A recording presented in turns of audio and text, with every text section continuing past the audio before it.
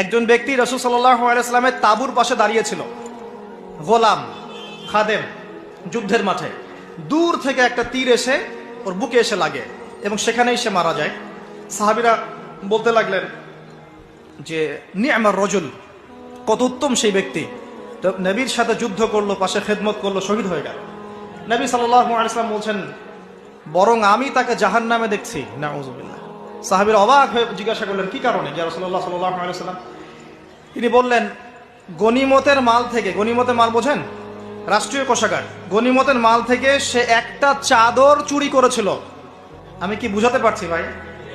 গনিমতের মাল থেকে একটা চাদর, অনলি একটা চাদর সে সরিয়ে নিয়েছিল।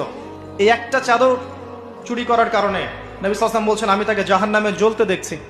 এটা শোনার সাথে সাথে সাহাবায়ে কেরাম কেউ কারো কাছে এতটুকু গাছের ছাল পরিমাণ কিছু যদি ছিল ওটা এনে জড়ো করে দিলেন, কিছু চাই না, নিয়ে নেন।